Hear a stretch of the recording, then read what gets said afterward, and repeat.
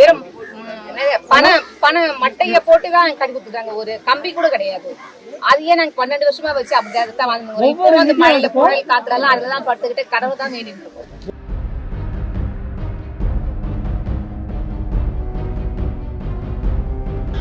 இது எல்லாம் இது ஃபுல்லா பாத்தீங்கன்னா ஃபுல்லா கம்பெனி மட்டும் தான். இது எல்லாம் விவசாயம் நாங்க வரக்கூடாது.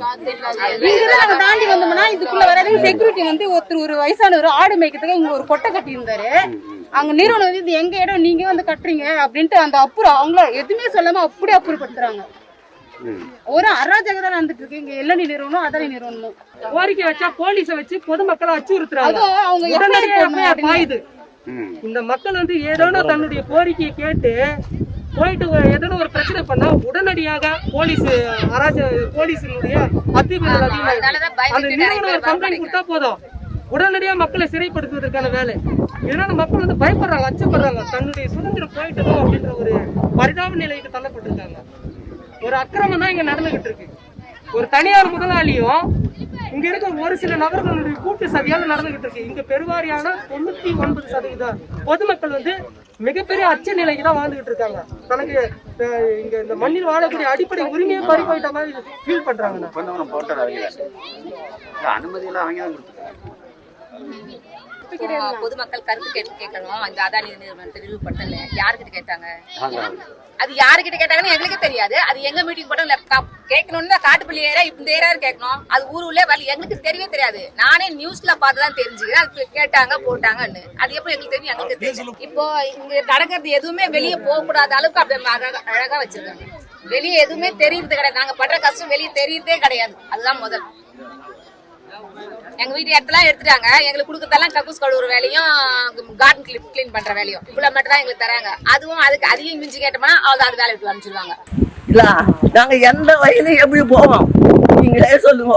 இல்லத்துக்கு பயங்க கொடுமையாப்பா. சும்மா நினைச்ச என்ன நைட்ல 6 மணிக்கு வெளியே போக முடியல. எங்க மது சேவை வச்சு சுத்தி அதான் ஜெயிலில் போட்டாங்களா? எங்களுக்கு ஜெயிலில் போட்டாங்களாப்பா. எங்களுக்கு போய் எங்கன்னா சாவடிங்க. எங்களுக்கு போய் சாவடிப்பா. இந்த கொடுமையில ஏமாற்றது நாங்க போய்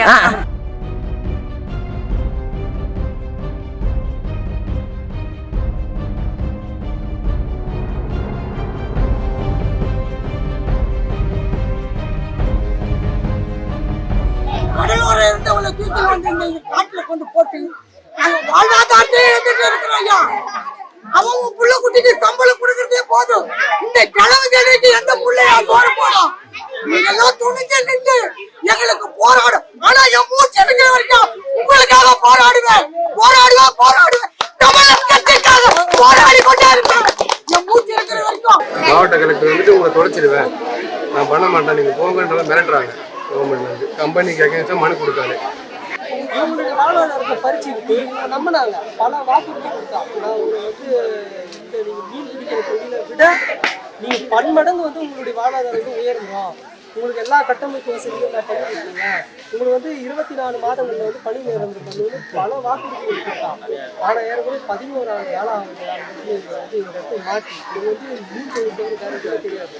இன்னைக்கு அவன் வேலையை தவிர மீன் தொழிலுக்கு வந்து வழியே கிடையாது.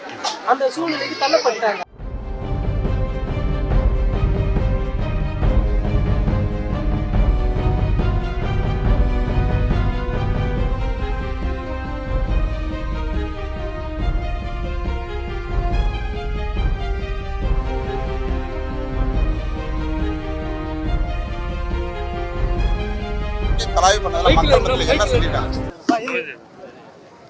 இல்லை, இது நீங்கள் பார்க்குறீங்க. இப்போ இந்த காட்டுப்பள்ளி வந்து மொத்தமாக முடிஞ்சிருச்சு.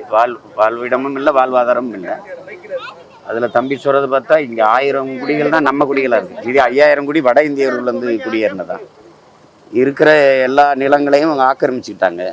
நீர் வளம் வந்து கெட்டு போச்சு, அது நஞ்சாயிருச்சு. இப்போ இந்த குடிகளை காலி பண்ணிட்டு தான் அவர் இப்போ அந்த துறைமுகம் அமைக்கணும். ஏற்கனவே அவங்க வந்து பல முறை கடத்தி இங்கே 3வது குடியேற்றமாக இங்கே இருக்கிறாங்க. இப்போ இங்கே இருந்தும் அவங்கள காலி பண்ணால் அவங்களுக்கு வந்து சுற்றி இருக்கிற நச்சு ஆலைகளால் உங்களுக்கு தெரியும் உலர் சாம்பல் அந்த இது வந்து கொட்டி நிலம் முழுமைக்கும் இங்கே உப்பளம் இருந்திருக்குது, வேளாண்மை செஞ்சுருக்கிறாங்க, இறால் நண்டு எல்லாமே வளமாக இருந்து மீன் பிடிச்சிட்டு இருந்திருக்காங்க. இப்போ அவங்க வாழ்வாதாரம் சுத்தமாக போயிடுச்சு. ஏற்கனவே எல்என்டி வரும்போது அது வேலை கொடுக்குறோம் அப்படின்ட்டு அவர் தம்பி சொல்கிறத பார்த்தா 100 பேருக்கு கொடுத்தாங்க. அதுவும் கழிவறை கழுவுறது, அந்த தோட்ட பராமரிப்பு, இப்படி ஒரு ரொம்ப சொற்ப சம்பளத்துக்கு ஒரு அடிமாடு போல், ஒரு அடிமை போல் நடத்தி வேலை வாங்குறாங்க.